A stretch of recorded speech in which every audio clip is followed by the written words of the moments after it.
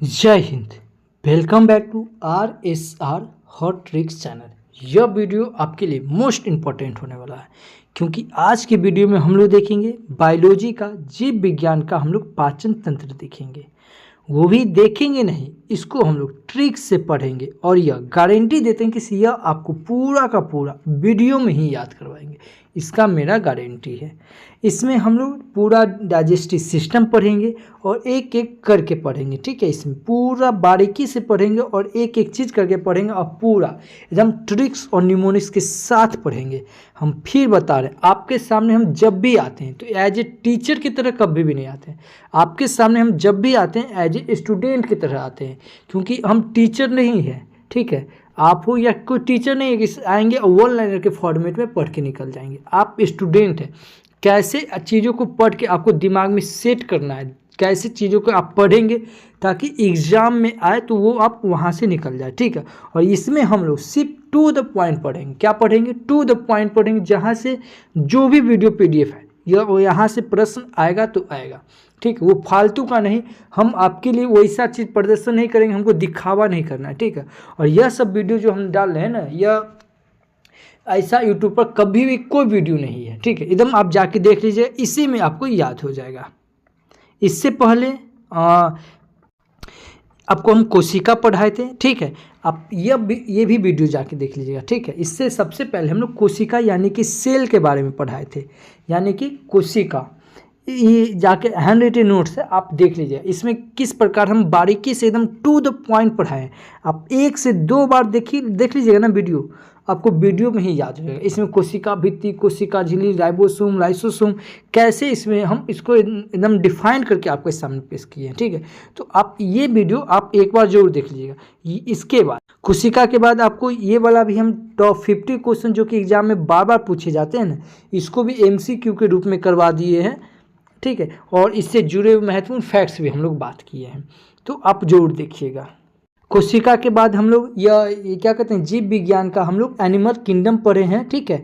जंतु जगत का वर्गीकरण, इसको भी आज जाके देख लीजिएगा। इसमें हम लोग ये दूसरा वीडियो अपलोड किए थे, ठीक है। आज हम लोग तीसरा देखेंगे।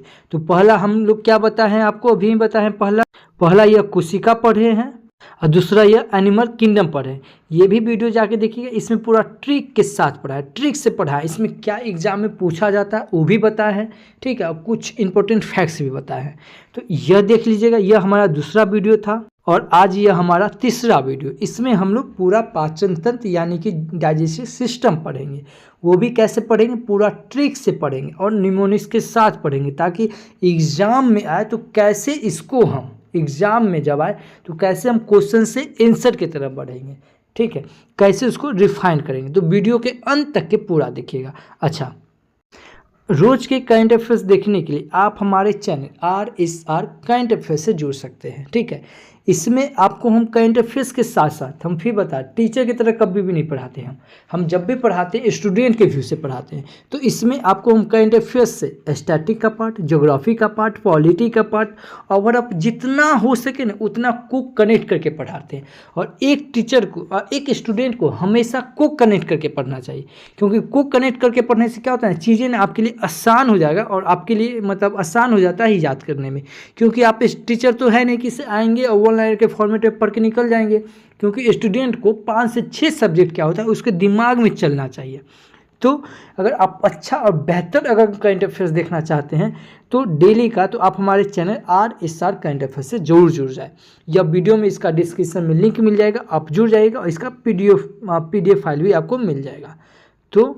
तो चलिए शुरू करते हैं। पाचन तंत्र, वीडियो के अंत तक के जरूर बने रहिएगा, घबराइएगा नहीं। अपना बिल्कुल दिमाग नहीं लेना, बिल्कुल लोड नहीं लेना। जितना लोड लेना था वो सब हम ले चुके हैं, ठीक है। आपको बिल्कुल लोड नहीं लेना है। तो चलिए शुरू करते हैं। इससे पहले हम लोग यहाँ तक ये पढ़ चुके थे, ठीक है। ये हम लोग पढ़ चुके हैं इसमें। तो चलिए आज हम लोग यहाँ से पाचन तंत्र पढ़ते हैं, ठीक है। एकदम टू द पॉइंट लिखा हुआ है, समझे। देखिए, नहीं लिखा हुआ अगर नहीं समझ में आ रहा है तो आप हमारी बातों को ध्यान से सुनिए, ठीक है। और इसका अच्छा से लिखा हुआ भी हम PDF अपलोड कर देंगे बाद में। अगर ये लिखा हुआ है ना, यह शॉर्ट नोट्स है, अगर ये लिखा हुआ इसका अगर PDF फाइल चाहिए तो आप वीडियो की डिस्क्रिप्शन में लिंक दिया हुआ है, आप हमारे टेलीग्राम से जुड़ जाइएगा। चलिए शुरू करते हैं। देखिए, पाचन तंत्र क्या होता है, यह सारे जटिल खाद्य अणुओं को सरल छोटे छोटे खाद्य अणुओं में परिवर्तित करने की क्रिया को पाचन तंत्र कहते हैं। यह सिर्फ समझने के लिए, इससे क्वेश्चन नहीं पूछेगा, जहाँ पूछेगा ना वहाँ आपको हम ट्रिक के साथ आपको हम याद करा देंगे, ठीक है। आपको ये भी बताएंगे कहाँ से क्वेश्चन कैसे पूछता है। देखिए कार्बोहाइड्रेट है ना, यह हमारा भोजन ग्लूकोज के रूप में पचाता है, फैट हमारा यह फैटी एसिड के रूप में पचाता है, और प्रोटीन हमारा अमीनो एसिड के रूप में पचाता है। देखिए विटामिन याद रखेंगे, विटामिन मिनरल्स शरीर में नहीं पचते क्योंकि यह पहले से ही बहुत सूक्ष्म होते हैं, ठीक है। अब देखिए अतः मतलब क्या है, विभाजन संभव नहीं है, ठीक है। इसमें क्या है, विटामिन और मिनरल्स जो है हमारे शरीर में नहीं पचते क्योंकि ये पहले से छोटे रहते हैं, इसीलिए इसका विभाजन संभव नहीं है। जैसे कुछ दूध में उपस्थित कैल्शियम जो होता है ना, इसको पचाने की आवश्यकता नहीं है। अब देखिए पाचन जो होता है ना, यह कई प्रकार के होता है, यह 4 प्रकार से, यह सबसे समझना है, ठीक है, याद नहीं करना, ये सब समझने के लिए आपको बता रहे हैं। याद कहाँ से क्या करना है सिर्फ हम पूरा बताएंगे। आप वीडियो को ना पूरा अंत तक के देखिए, घबराइएगा नहीं, धड़फड़ाइएगा नहीं, पूरा देखना है, ठीक है। अब देखिए इसमें क्या है, जैसे पाचन जो होता है ना 4 चरण में होता है। पहले अंतर्ग्रहण होता है, ठीक है, उसके बाद पाचन होता है, उसके बाद अवशोषण होता है तथा यह स्वांगीकरण, और उसके बाद मल त्याग हो जाता है, ठीक है। एक एक करके पढ़ेंगे। जैसे अंतर्ग्रहण कहने का मतलब क्या हुआ, इसमें क्या होता है, खाना खाना, क्या होता है, खाना खाना। पाचन क्या हुआ, जो कि बड़े मूडस यानी कि खाना का जो बड़ा टुकड़ा होता है उसके छोटे टुकड़ा में तोड़ना। अवशोषण मतलब क्या होता है, भोजन को एब्जॉर्ब करना। स्वांगीकरण क्या होता है कि इस भोजन का ब्लड में भोजन का छोटे छोटे अणु घुलकर कोशिका तक पहुंचाना। और उत्सर्जन मतलब क्या होता है, वेस्ट प्रोडक्ट, मतलब जो भी हम लोग खाना खाए, ठीक है, जो कि वेस्ट प्रोडक्ट हुआ, जो कि हमारे शरीर से बाहर निकल गया, यही हुआ। अब देखिए अब हम लोग पाचन तंत्र पढ़ते हैं, ठीक है। पाचन तंत्र में क्या होता है, इसमें 2 प्रकार से होता है, एक आहार नाल और एक एंजाइम बनाती है, ठीक है। तो एंजाइम मतलब क्या होता है, किसी आहार नाल में खाना क्या रहता है, घुमा हुआ रहता है, खाना इसी में क्या रहता है, घूम रहा होता है, ठीक है। और आहार नाल कितने फीट का होता है, 33 फीट का। यह एग्जाम में पूछा हुआ है। अब देखिए इसको याद कैसे करेंगे, देखिए हम फिर बता रहे हैं, जो एग्जाम में पूछेगा वो सब आपको हम याद करवाएंगे निमोनिक से। देखिए आहार नाल, ये कैसा दिख रहा है आपको, 3 की तरह दिख रहा है ना, ऐसे ना लिखते हैं, तो यह कितना 33 फीट का होता है, कभी भी आप नहीं भूलेंगे, ठीक है। आहार नाल कितने फीट का होता है, 33 फीट का। इसमें क्या होगा, पहले माउथ आ जाएगा, माउथ में क्या आएगा, पहले टीथ आ जाएगा और टंग आ जाएगा। खाना सबसे पहले इसी में आता है, आगे हम लोग टीथ और टंग सब पढ़ेंगे। उसके बाद क्या होता है, फूड पाइप, इसको हम लोग आहार नालिका कहते हैं। उसके बाद स्टोमच यानी कि अमाशय यानी कि पेट या जठररस, पहले इसमें भोजन आएगा। उसके बाद क्या होता है, छोटी आंत में आएगा। उसके बाद बड़ी आंत में, ठीक है, बड़ी आंत में। और याद रखेंगे क्या, बड़ी आंत में पचा हुआ भोजन आता है, ठीक है, और वेस्ट फूड बाहर निकलता है। लेकिन खाना अच्छी तरह से कहाँ पच जाता है, तो छोटी आंत में ही पच जाता है, ठीक है। और इधर क्या है, यह एंजाइम से याद रखेंगे क्या, इसमें सलाइवरी ग्लैंड होता है, ठीक है, क्या होता है, सलाइवरी ग्लैंड होता है। इसमें नो डाइजेस्टिव वेस्ट फूड, इसमें क्या होता है, डाइजेस्टिव फूड नहीं होता है, ठीक है, इसमें यकृत होता है और नो डाइजेशन होता है, ठीक है, इसमें सिर्फ केवल एंजाइम बनता है। तो चलिए अब हम लोग केवल शुरू से माउथ यानी क्या है, माउथ में क्या है, टीथ, पहले टीथ पढ़ेंगे, टंग पढ़ेंगे, उसके बाद सलाइवरी ग्लैंड के बारे में पढ़ेंगे यानी कि लारी ग्रंथि के बारे में पढ़ेंगे, ठीक है। तो सबसे पहले माउथ में क्या आ जाता है, मुंह, मतलब मुंह में क्या आएगा, दांत आएगा, टंग आएगा और सलाइवरी ग्लैंड। तो एक एक करके पढ़ेंगे। पहले दांत पढ़ेंगे। दांत क्या है, दांत में पढ़ेंगे क्या, दांत क्या चीज़ से बना हुआ होता है, यह कैल्शियम और फास्फोरस से बना होता है। दांत के बाहरी हिस्सा जो उजला रहता है उसे क्या कहते हैं, इनेमल कहते हैं। ये इंपॉर्टेंट है, ये एग्जाम में पूछा हुआ है, ठीक है। तो दांत के जो बाहरी हिस्सा रहता है उसको क्या कहते हैं, इनेमल। अब जैसे देखिए यहाँ क्या है, उजला, दांत का जो उजला भाग रहता है उसको क्या कहते हैं, इनेमल। इनेमल मल मतलब क्या होता है, गंदा, यानी कि गंदा बैठ जाता है, तो कहाँ बैठेगा, उजला ही भाग में बैठेगा, तो उजला भाग को क्या कहते हैं, इनेमल कहते हैं। हो गया याद। अब देखिए जो सबसे ज़्यादा कठोर रहता है, जो दांत का जो सबसे ज़्यादा कठोर रहता है वो क्या रहता है, इनेमल ही रहता है। उसके बाद डेंटाइन रहता है, उसके बाद नर्व्स रहता है, उसके बाद कैविटी होता है। अब दांत की बात आए तो कुछ और इम्पोर्टेंट फैक्ट्स देखते हैं। दांत दो प्रकार के होता है। दांत कितने प्रकार के होता है? दो प्रकार के। एक दांत होता है अस्थाई दांत, एक होता है एक होता है अस्थाई दांत, एक होता है अस्थाई दांत। ठीक है, अस्थाई दांत होता है जो कि विष होता है, जो कि 2 बार निकलता है। समझ में आया? इसे ही मिल्क टीथ यानी कि दूध का दांत कहते हैं। किसे कहते हैं? इसी को कहते हैं। अस्थाई दांत कैगो होता है? 20 गो। कैगो? 20 गो। अस्थाई दांत कैगो होता है? 12 गो। टोटल दांत कैगो होता है? 32 गो। ठीक है, और 20 गो दांत होता है, इसी को क्या कहते हैं? दूध का दांत कहते हैं। और इसे डाईफाइट भी कहते हैं। क्या कहते हैं? डाईफाइट। दो यानी कि जो 2 बार निकलेगा उसको क्या कहेंगे? डाईफाइट दांत कहते हैं। ठीक है, हो गया। उसके बाद अस्थाई दांत क्या होता है? 32 दांत जो 20 मिल्क टूथ होता है, इसके बाद जो आता है उसको हम लोग मोनोफाइट कहते हैं। क्या कहते हैं? मोनोफाइट, जो कि 12 गो निकलता है। ठीक है, देखिए 2 जबड़े में होता है, प्रत्येक जबड़े में 16 दांत होते हैं। ठीक है, यानी कि 16 ऊपर 16 नीचे, टोटल कितना हो गया? 32 दांत। अब देखिए दांतों के प्रकार, दांत के प्रकार कौन कौन होता है सो देखिए। एक होता है इंसीजर, ये पूछा हुआ है। ठीक है, इंसीजर, कैनाइन, प्रीमोलर और मोलर। इंसीजर को हिंदी में किरीदंत बोलते हैं, कैनाइन को रदनक बोलते हैं, प्रीमोलर को अग्र चबर्नक बोलते हैं और मोलर को चबर्नक बोलते हैं। इंसीजर कै गो दांत होता है? 8 गो होता है। 4 गो ऊपर होता है और 4 गो नीचे होता है। बच्चे में सबसे पहले ना यही दांत होता है।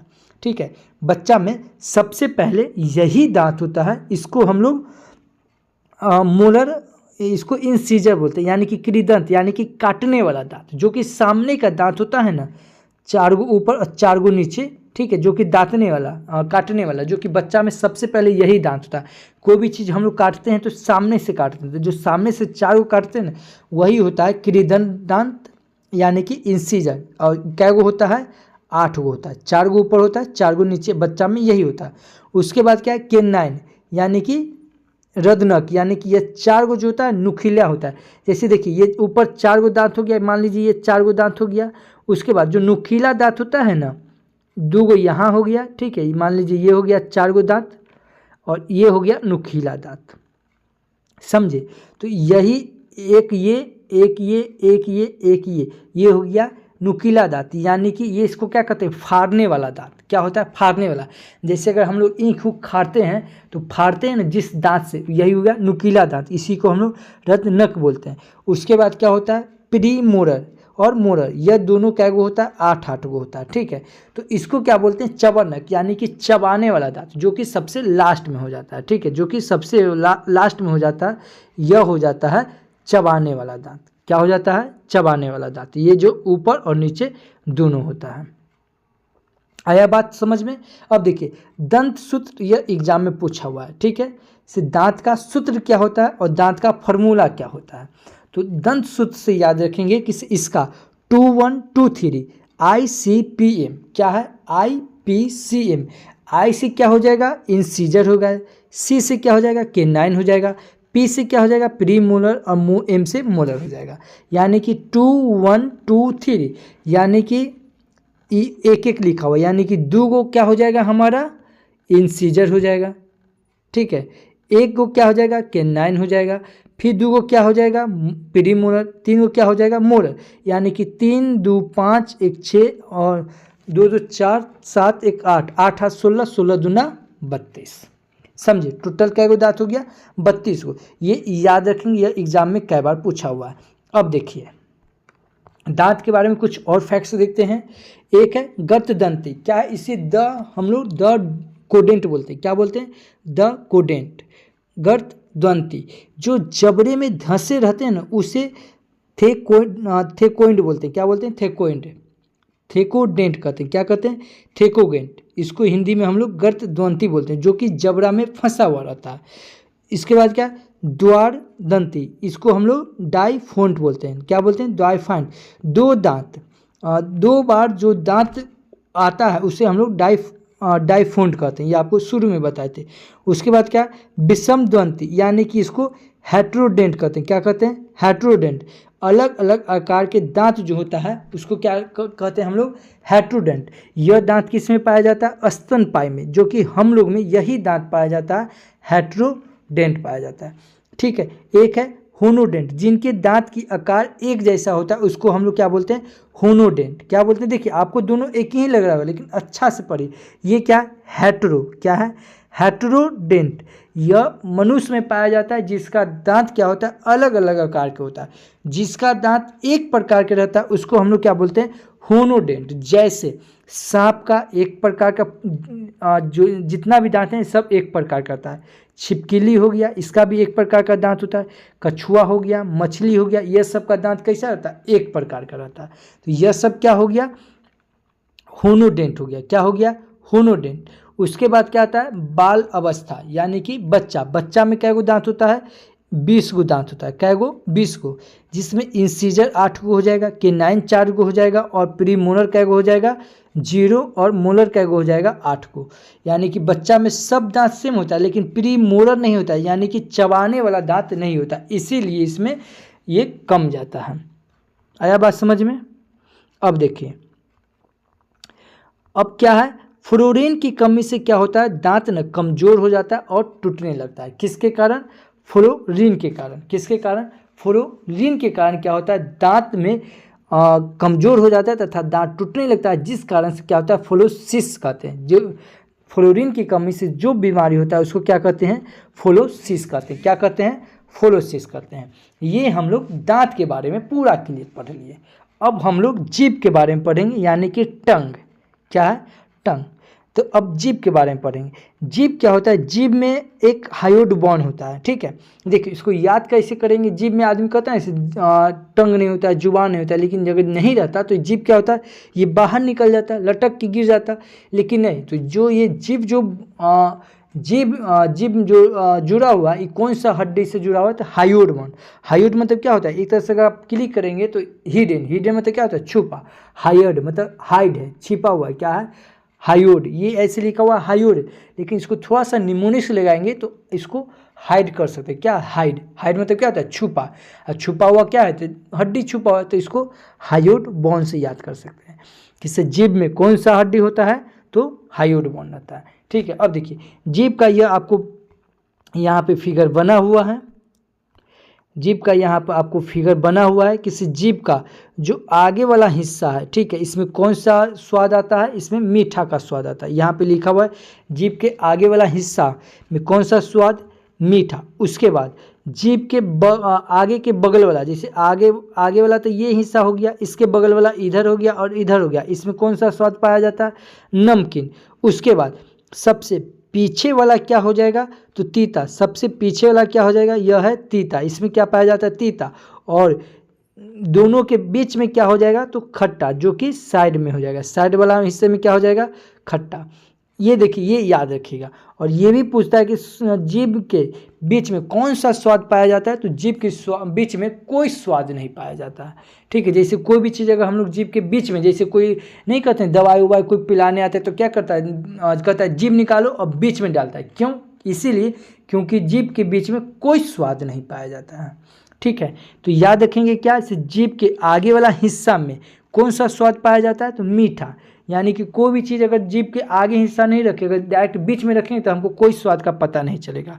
तो जीभ के आगे वाला हिस्सा में कौन सा स्वाद पाया जाता है, मीठा। मीठा के आगे वाला के बगल में कौन सा स्वाद पाया जाता है, नमकीन। उसके बाद क्या पाया जाता है, खट्टा। और सबसे पीछे क्या पाया जाता है, तीता। ये हो गया हमारा जीभ खत्म। तो हम लोग माउथ पढ़ लिए, यानी कि मुंह, यानी कि तीत के बारे में पढ़ लिए, क्या कहते हैं, दांत के बारे में पढ़ लिए और जीभ के बारे में पढ़ लिए। अब हम लोग सलाइवरी ग्लैंड यानी कि लाड़ीय ग्रंथि पढ़ेंगे, ठीक है। देखिए ये सब आपको याद हो रहा होगा। देखिए जितना ये आपको हम बता रहे हैं, ये आपको हम क्या कहते हैं, किताबी भाषा में नहीं, इसको आपको हम अपनी भाषा में बता रहे हैं, ठीक है। और इससे क्या होगा ना, आसान हो जाएगा आपको याद करना। देखिए अब क्या है, लाड़ीय ग्रंथि यानी कि सलाइवरी ग्लैंड। यह क्या होता है, यह पैराटॉइड सलाइवरी ग्लैंड होता है, यह बड़ा ग्रंथि होता है। पैराटॉयड सिलेब्री ग्लैंड, एक है इसको क्या बोलते हैं, सबलुंगियर सिलेब्री ग्लैंड। यह क्या होता है, छोटा ग्रंथि होता है, ठीक है। और यह दोनों जो है ना जीभ के नीचे पाया जाता है। कहाँ पाया जाता है, जीभ के नीचे पाया जाता है। सब नैंडिब्यूलर क्या है, सब नैंडिब्यूलर सिलेब्रा ग्लैंड जो है इसमें 80% न सिलेब्रा जो कि लाल ग्रंथि बनाती है, ठीक है। यह सबसे समझने वाला है। यह तीनों मिलकर क्या बनता है, सिलेब्रा ग्लैंड बनता है। क्या बनता है, सिलेब्रा ग्लैंड, यानी कि सिलेब्रा जिसको हम लोग लार करते हैं। क्या कहते हैं, लार, जो बोलने में, खाना पचाने में, ठीक है। जैसे सांप का, ठीक है, सांप का क्या कहते हैं, दांत तोड़ देता है। क्यों, देखिए दांत तोड़ने से इसलिए होता है क्योंकि उसका जो अथी लार जो बनता है ना, वो लार नहीं बन पाता है। अगर हम लोग भी अगर दांत हम लोग का टूट जाएगा तो क्या होता है, खाना नहीं पच पाता है। यानी कि नहीं कहते हैं दांत नहीं है भाई, इसको गीला करके दो। क्यों, क्योंकि लार नहीं बन पाएगा। और लार नहीं बन पाएगा तो खाना घोटा नहीं पाएगा। इसीलिए सांप का दांत तोड़ जाता है, क्योंकि सांप के दांत में विष नहीं रहता, सांप के लार में विष रहता है। और विष कैसा रहता है, तो प्रोटीन रहता है, ठीक है। ये भी कई बार एग्जाम में पूछा गया है, ठीक है। तो जितना एक्स्ट्रा फैक्ट बताते हैं ये सब इंपॉर्टेंट है, ठीक है। तो इसीलिए दांत होना जरूरी है। और यह कहाँ बनता है, सिलेब्रा ग्लैंड मिलकर बनता है। तो और सिलेब्रा में क्या रहता है, तो 95% क्या रहता है, पानी रहता है। उसके बाद क्या रहता है, मिनरल्स रहता है। उसके बाद एंजाइम रहता है, ठीक है। उसके बाद क्या रहता है, लाइसोसिन रहता है। क्या रहता है, लाइसोसिन। और जो एंजाइम रहता है ना, इसमें क्या रहता है, टाइलिन। क्या रहता है, टाइलिन। यानी कि जो हम लोग के जीभ के अंदर जो एंजाइम बनता है वो कैसा रहता है, टाइलिन। क्या रहता है, टाइलिन। ये वाला पूछा हुआ है। अब देखिए कार्बोहाइड्रेट क्या है, कार्बोहाइड्रेट। तो कार्बोहाइड्रेट क्या करता है, यह भोजन प्रोटीन, ठीक है, भोजन प्रोटीन जो कि हम लोग खाते हैं, जो भोजन हम लोग प्रोटीन के रूप में खाते हैं। और हम लोग जो स्टार्च के रूप में क्या करते हैं, स्टार्च के रूप में लेते हैं। और यह पॉलीसेकेराइड है। क्या है, स्टार्च क्या है, यह पॉलीसेकेराइड है। क्या है, स्टार्च क्या है, पॉलीसेकेराइड है। यानी कि हम लोग जो खाना खाते हैं वो कार्बोहाइड्रेट के रूप में खाना खाते हैं। क्या चीज़ के रूप में, कार्बोहाइड्रेट के रूप में। और हम लोग जो स्टार्च के फॉर्म में क्या करते हैं, भोजन लेते हैं। क्या चीज़ के रूप में, स्टार्च के रूप में भोजन लेते हैं। प्रोटीन से याद रखेंगे क्या, प्रोटीन फैट का पाचन, प्रोटीन और फैट का पाचन कहाँ होता है, मुंह में नहीं होता है। कहाँ नहीं होता है, मुंह में नहीं होता है। मुख में केवल कार्बोहाइड्रेट का होता है, ठीक है। ये भी याद रखेंगे, ये सब इंपॉर्टेंट है। देखिए हम बताएं ना, टू द पॉइंट इसमें हम बताएं, इसमें कोई भी फालतू चीज़ नहीं किया हुआ है, ठीक है। यहाँ एक एक लाइन से क्वेश्चन आया हुआ है, ठीक है। जैसे हम कोशिका पहले ही बताए थे ना, कोशिका का अगर चैप्टर देखेंगे तो आपको हम बताए थे ना कि शरीर का रचनात्मक एवं क्रियात्मक इकाई किसे कहते हैं, तो यह कोशिका का। और यही फर्स्ट लाइन से क्वेश्चन दरोगा क्या कहते हैं, 67वीं बीपीएससी में क्वेश्चन पूछ दिया था, ठीक है। तो एक एक लाइन से क्वेश्चन आएगा, ठीक है। ये ऐसे ही नहीं बताया गया है। तो वीडियो को पूरा देखिए, अंत तक के देखिए, ठीक है। तो इसमें क्या बताया, इसे प्रोटीन और फैट का पाचन मुंह में नहीं होता है, ठीक है। मुंह में केवल कार्बोहाइड्रेट का होता है। और यह सब का प्रोटीन का पाचन कहाँ होता है, तो यह पेट में होता है। प्रोटीन का पाचन कहाँ होता है, पेट में होता है। आया बात समझिए, प्रोटीन और फैट्स का पाचन कहाँ नहीं होता है, मुंह में नहीं होता। किस में होता है, तो पेट में होता है। अब देखिए, अब आता है भोजन नली जो कि फूड पाइप। क्या है, भोजन नली यानी कि फूड पाइप के बारे में अब हम लोग पढ़ेंगे। तो देखिए फूड पाइप जो होता है ना, ये इसका लंबाई कितना होता है, 20 से 25 मीटर। कितना होता है, 20 से 25 मीटर होता है। यह पचा या नहीं पचा हुआ भोजन पेट तक ले जाता है। फूड पाइप क्या करता है, जैसे मुंह में डाले और जो भी खाना पचा या नहीं पचा, यह 20 से 25 सेंटीमीटर का होता है। और यह क्या करता है, पचा हुआ भी भोजन और नहीं पचा हुआ भी भोजन कहाँ ले जाता है, यह पेट तक ले जाता है। और इसके अंदर, किसके अंदर, पेट के अंदर छोटे छोटे स्लाइड मुकुल रहता है, ठीक है। इसके अंदर मतलब छोटा छोटा टुकड़ा के अंदर इसके चल जाता है, ठीक है। तो पेट, अब आया पेट। तो अब पेट के बारे में पढ़ेंगे, यानी कि स्टोमच, यानी कि इसको हम लोग अमाशय भी बोलते हैं। क्या बोलते हैं, अमाशय भी बोलते हैं। तो देखिए पेट का जो हिस्सा होता है ना, यह 3 प्रकार का होता है। एक होता है कार्डियो, क्या बोलते हैं, कार्डियो। दूसरा क्या होता है, फंडूस। तीसरा क्या होता है, पोलोटिक। क्या होता है, पोलोरिक। और पेट में भोजन कै घंटा रहता है, 4 घंटा। देखिए पेट प कैसे लिखा हुआ है 4 की तरह, तो पेट में भोजन क्या घंटा रहता है 4 घंटा। देखिए जितना हो सके उतना हम कोशिश करें आपको निमोनिक से याद करवाने का। तो जिस प्रकार से हम बता रहे हैं इस तरह से आपको कोई यूट्यूबर, आपको कोई भी टीचर ऐसे नहीं बताता, कोई याद नहीं करवाएगा, आएगा और पढ़ा के निकल जाएगा। ठीक है, तो पेट में भोजन क्या घंटा तक रहता है 4 घंटा तक। पेट के अंदर गैस्ट्रिक ग्लैंड होता है जिसको हम लोग जठर ग्रंथि कहते हैं। क्या कहते हैं, पेट के अंदर गैस्ट्रिक ग्लैंड होता है जिसको हम लोग जठर ग्रंथि कहते हैं। और जठर ग्रंथि से जठर रस बनता है। जठर ग्रंथि से क्या बनता है, जठर रस बनता है। और जठर रस जो रहता है यह एचसीएल हाइड्रोलिक रहता है। क्या रहता है, हाइड्रोलिक रहता है। जठर रस में जो रहता है इसमें क्या क्या, जठर रस में क्या रहता है, जठर रस इसमें एचसीएल हाइड्रोलिक रहता है जो कि ऑर्गेनिक सेल से निकलता है। कहाँ से निकलता है, ऑर्गेनिक सेल से निकलता है। हाइड्रोलिक यानी कि एचसीएल। ठीक है, जठर रस से याद रखेंगे से जठर रस का पीएच मान कितना होता है 1.5 से लेकर 2.5 तक, ये एग्जाम में पूछा हुआ है। ठीक है, जठर रस का पीएच मान कितना होता है 1.5 से लेकर 2.5 तक होता है। और एक दिन में जठर रस कितना बनता है, 1.5 से 2 लीटर, 1.5 से 2 लीटर प्रतिदिन बनता है। ठीक है, इसमें पेप्सिनिन और प्रोनिन एक एंजाइम रहता है। किसमें, जठर रस में एक पेप्सिनोनिन और प्रोरेनिन एंजाइम पाया जाता है। पेप्सिनिन और प्रोनिन प्रोटीन का पाचन करता है और यह दोनों एक्टिव सेल करता है। ठीक है, तब पेप्सिनिन जाके पेप्सिन को पचाता है और प्रोरीन जाके यह रेनिन बनाता है। ठीक है, अब देखिए रेनिन से याद रखेंगे, इस रेनिन सबसे ज़्यादा किस में होता है, तो यह बच्चों में होता है। रेनिन सबसे ज़्यादा किस में रहता है, बच्चों में। क्यों, क्योंकि रेनिन क्या करता है, यह दूध पचाने में मदद करता है।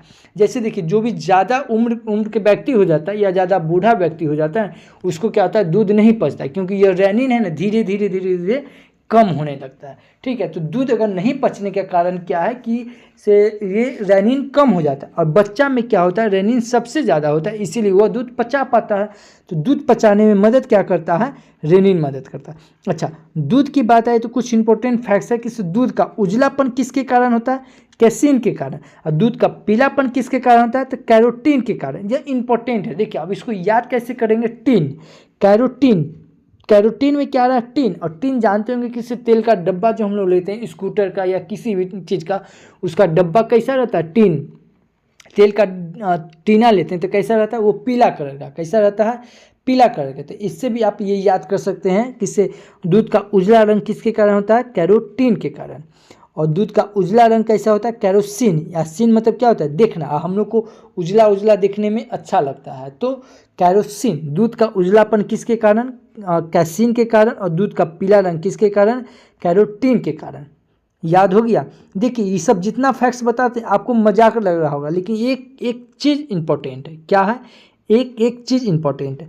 अब आता है क्या, छोटी आंत। क्या है, बड़ी आंत हम लोग लास्ट में पढ़ेंगे। ठीक है, छोटी आंत क्या है, छोटी आंत। छोटी आंत का लंबाई क्या होता है, 10 से 15 मीटर लंबा होता है। छोटी आंत का लंबाई कितना होता है, 10 से 16 मीटर लंबा होता है। लेकिन यह व्यास में क्या होता है, छोटा होता है।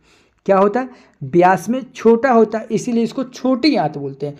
लेकिन मीटर में देखेंगे तो सबसे मीटर में ये लंबा है। अगर मीटर में देखेंगे तो बड़ी आंत क्या होगा, मीटर में वो कम होता है, वो 1 से 1.5 मीटर लंबा होता है। ठीक है, उसको बड़ी आंत क्यों बोलते हैं, क्योंकि वह व्यास में बड़ा होता है। इसको छोटी आंत क्यों बोलते हैं, क्योंकि यह व्यास में छोटा होता है, लंबाई में यह बड़ा है।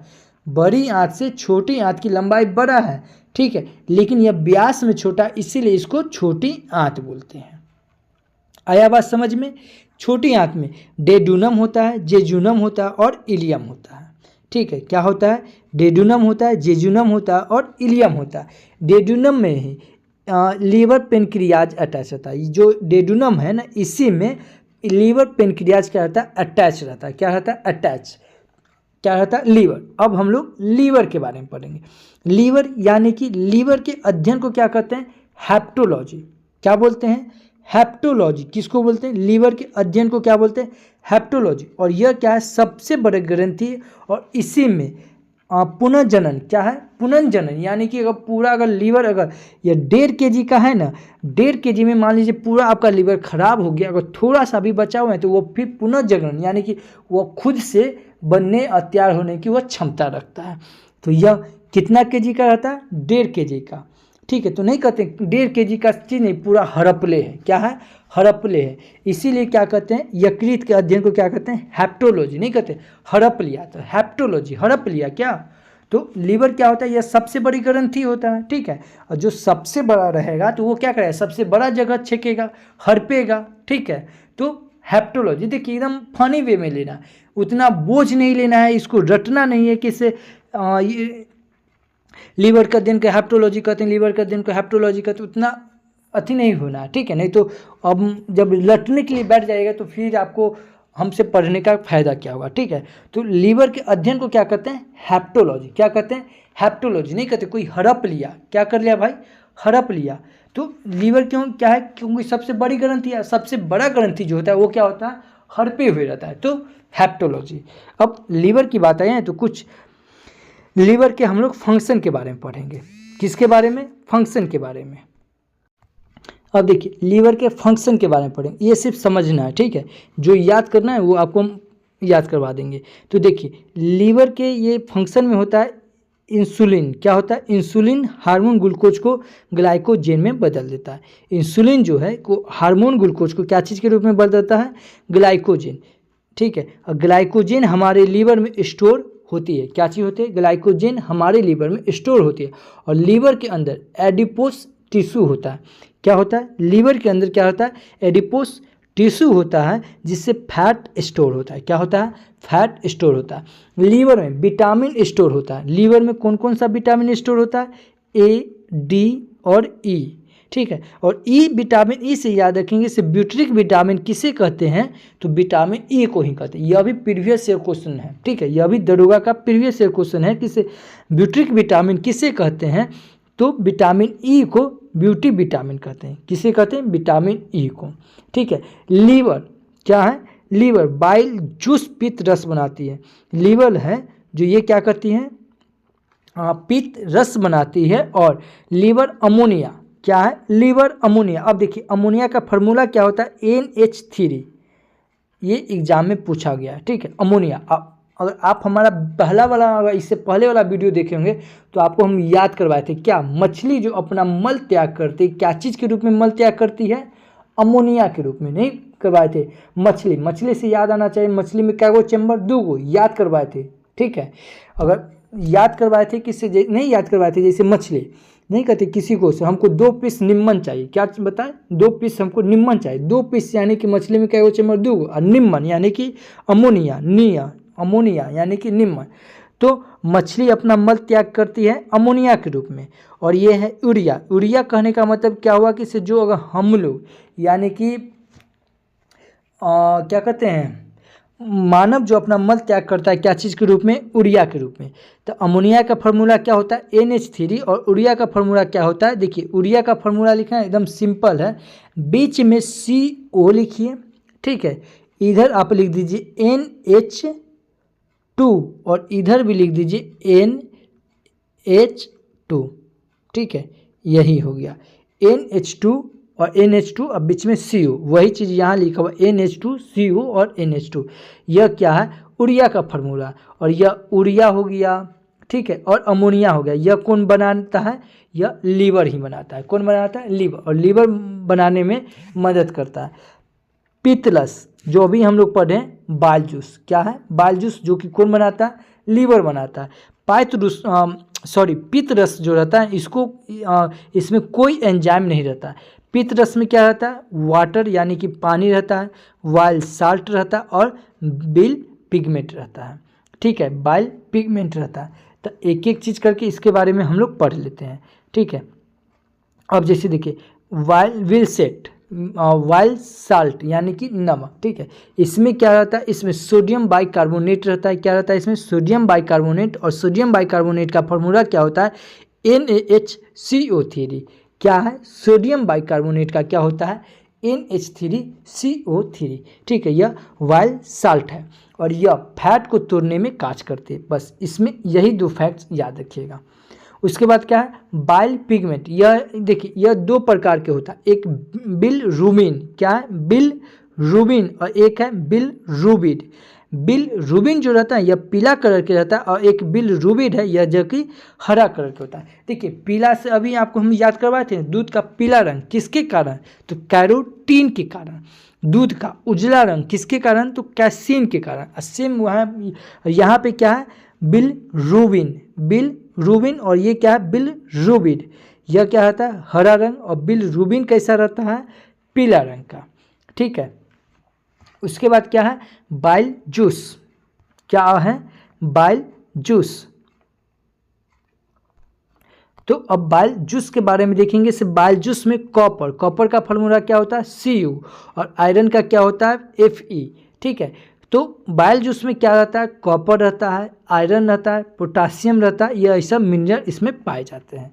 बाइल जूस का pH मान कितना होता है, 7.5 से 8.5। pH मान से अभी जटर रस का pH मान बताए थे कितना होता है, 1.5 से 2.5 बताए थे ना। 1.5 से 2 लीटर प्रति दिन बनाता है। कौन बनाता है, बाइल जूस जठर रस बनाता है, ठीक है, HCl अभी बताए थे। उसके बाद बाइल जूस में एक बाइल जूसी रहता है, यानी कि पित्त रस जब ज़्यादा बनने लगता है तो इसमें गोल ब्लैडर में यह स्टोर होता है। यानी कि बाइल जूस में एक बाइल जूस पित्त रस जब ज़्यादा बनने लगता है तो यह गोल ब्लैडर में स्टोर होता है। और बाइल जूस में फैट जो है, फैट लिपिड्स जो कि फैटी एसिड में बनता है। इतना याद रखेंगे हम लोग बाइल जूस से। अब हम लोग अग्नाशय यानी कि पेनक्रियाज के बारे में पढ़ेंगे, जो कि अभी आपको बताए थे, इधर यहाँ बताए थे ना, लीवर से पेनक्रियाज सटा हुआ रहता है, ठीक है, अटैच रहता है। लीवर से पेनक्रियाज क्या रहता है, सटा हुआ रहता है। तो अब पेनक्रियाज को हिंदी में क्या बोलते हैं, अग्नाशय। अग्नाशय का खोज कौन किया था, लैंगर हैंग्स। कौन है, लैंगर हैंग्स। अब देखिए इसको याद कैसे करेंगे। अब अग्नाशय में क्या रहा है, आग, अग्नाशय यानी कि आग। और आग हम लोग कोई देखता है तो क्या करते हैं, उसको हम लोग लांग जाते हैं, क्या करते हैं, लांग। और ये क्या है, लैंगर, लांग यानी कि लैंगर। तो आग को हम लोग क्या करते हैं, लांग जाते हैं। तो अग्नाशय का खोज कौन किया था, लैंगर है। और यह कैसा होता है, पत्ती जैसा देखने में लगता है। तो आग सबसे पहले किस में लगेगा, पत्ती में। किस में लगेगा, पत्ती में। तो अग्नाशय, अग्नाशय को कर दीजिए आग। और आग कैसा दिखता है, पत्ती, आग मतलब सबसे पहले किस में लग जाएगा, पत्ता में। तो यह पत्ती जैसा दिखता है। और जब आग रहता है तो क्या करते हैं हम लोग, लांग के चल जाते हैं। तो इसका खोज कौन किया था, लैंगर हैस। और यह कै प्रकार के होता है, 4 प्रकार के। नहीं करता है, जब आग जब भी लगेगा तो चारों तरफ से, ठीक है। और मिक्स ग्लैंड भी किसे कहते हैं, तो अग्नाशय के कहते हैं। तो यह अग्नाशय कै प्रकार के होता है, 4 प्रकार के। तो 4 प्रकार के कौन कौन होता है, सो देख लेंगे। एक alpha cell, beta cell, S cell और एफ सेल। क्या है, एफ सेल। अब देखिए ये अल्फा सेल, बीटा सेल और एस सेल, यह तीनों हार्मोन बनाती है तथा ये इंडोक्रेनिन, क्या है, इंडोक्रेनिन गोल्डन की तरह काम करता है। और यह एफ सेल है, यह जूस बनाती है। और पेनक्रिएटिक जूस इसी जूस के अंदर होता है, इसीलिए इसे एक्सोक्राइनिन ग्लैंड कहते हैं, ठीक है। अब बस अब थोड़ा सा ही बचा हुआ, ठीक है, अब थोड़ा सा ही है।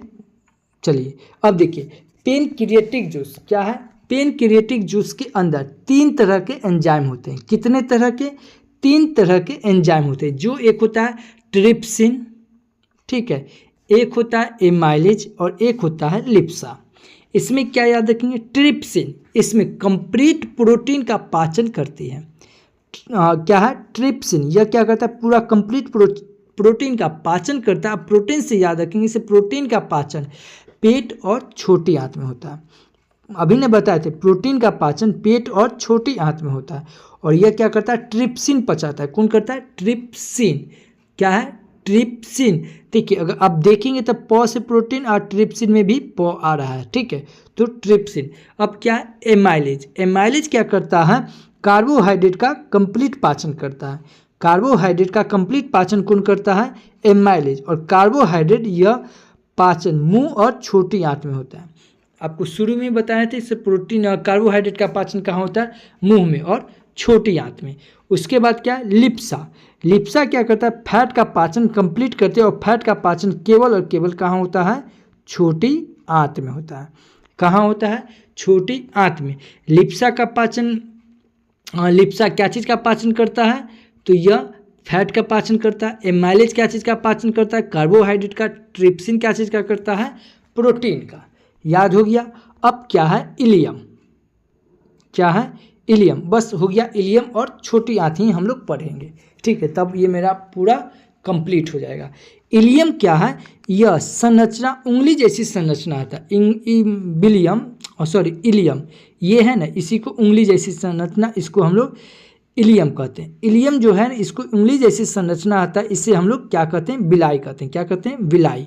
जो उंगली जैसी इलियम में जो उंगली जैसी संरचना रहता है, ये इसको हम लोग क्या बोलते हैं, बिलाई बोलते हैं। बिलाई रहता है, उसके बाद इलियम, उसके बाद छोटी आंत। यानी कि भोजन सबसे पहले बिलाई में जाएगा, उसके बाद इलियम में, उसके बाद छोटी आंत में, ठीक है। विलाई के अंदर, किसके अंदर, विलाई के अंदर डाइजेस्टिव फूड यानी कि ग्लाइकोजेन, अमीनो एसिड और ग्लिसरॉल का एब्जॉर्प्शन होता है, यानी कि वो अवशोषण करता है, और जो बेस्ट फूड होता है वही बड़ी आंत में चला जाता है। आया बात समझ में। इलियम का काम क्या है, इलियम में, ठीक है, इलियम में एक बिलाई जैसी, इलियम में जो उंगली जैसी संरचना रहता है उसको हम लोग क्या बोलते हैं, बिलाई बोलते हैं। और बिलाई में उसके बाद इलियम हुआ, उसके बाद छोटी आंत। बिलाई के अंदर जो भी डाइजेस्टिव फूड यानी कि पचा हुआ भोजन रहता है, जैसे ग्लाइकोजेन हो गया, अमीनो एसिड, ग्लिसरॉल का एब्जॉर्प्शन होता है, और उसके बाद जो भी बचता है वो सब क्या चल जाता है, छोटी आंत में भोजन चला जाता है। तो अब हम बड़ी आंत में चला जाता है। तो अब हम लोग बड़ी आंत पढ़ेंगे। तो बड़ी आंत में आपको हम क्या बताए थे कि बड़ी आंत का लंबाई कितना होता है, 1 से 1.5 मीटर। और वही छोटी आंत का कितना बताए थे, 10 से 16 मीटर। कितना बताए थे, 10 से 16 मीटर। लेकिन बड़ी आंत का व्यास क्या होता है, छोटा होता है। छोटी आंत का व्यास क्या होता है, छोटा होता है, इसीलिए उसको छोटी आंत बोलते हैं। और बड़ी आंत का व्यास क्या होता है, बड़ा होता है, इसीलिए इसको बड़ी आंत बोलते हैं। लेकिन याद रखेंगे क्या, बड़ी आंत का लंबाई, नाम है बड़ी लेकिन इसका लंबाई क्या है, छोटा होता है।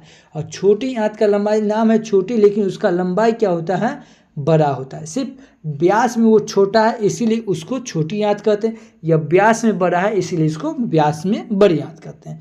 देखिए अब बड़ी आंत में क्या होता है, यह 3 प्रकार का होता है। एक होता है सिक्कम, एक होता है कोलन, एक होता है रेक्टम, ठीक है। सिक्कम में अपेंडिक्स इसी में होता है। सिक्कम में ही क्या होता है, अपेंडिक्स होता है। क्या होता है, अपेंडिक्स। कोलन क्या होता है, सबसे बड़ा होता है, और रेक्टम क्या होता है, सबसे छोटा होता है, ठीक है। अब देखिए कोलन की बात है तो यहाँ पे देखिए,